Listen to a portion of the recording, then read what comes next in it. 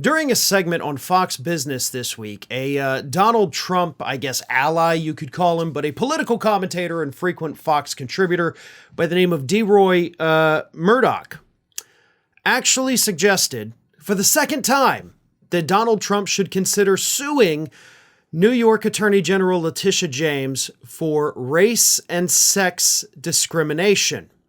Here is what Murdoch said on Fox Business.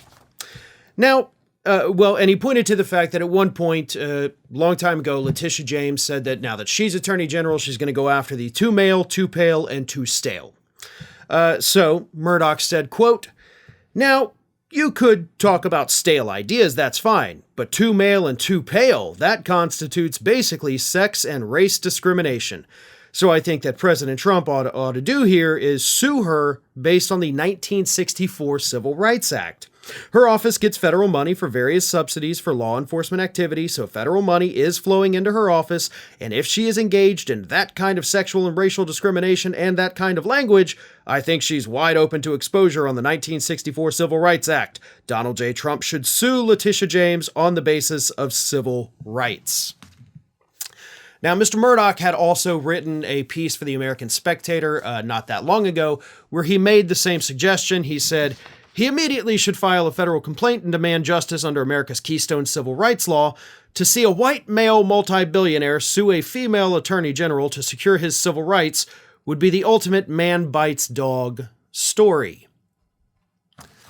Now, when you put all of that together, right, if you take what he just said on Fox, it's kind of a half-baked, harebrained idea to delay things further for Donald Trump.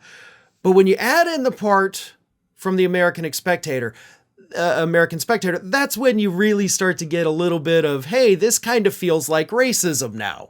Because you're like, man, if a white guy can sue a black woman, boy, that's man bites dog, right? See, that's where you kind of overstepped and played your hand a little too much, right? Because this is coming not because Trump was prosecuted because he was a white male. This is coming because Republicans seem to have a very real problem with people of color in positions of power. And if you don't believe me, think about this for a second. Of all of the trials and cases that Donald Trump has been facing for the last few months and those that are coming up in the future, which ones has he ranted and raved the most about? Which individuals has he attacked the most? He has gone after Letitia James, a black woman. He has gone after Judge Juan Merchan. He has gone after Alvin Bragg. He has gone after Fani Willis. He has gone after Judge Tanya Chutkan. Who has he not attacked? Judge Eileen Cannon, right? The white judge. It's very obvious, and we can, surmise this based on Donald Trump's attacks that he uses on these individuals, calling them low IQ, which is an attack that Donald Trump reserves specifically for black people.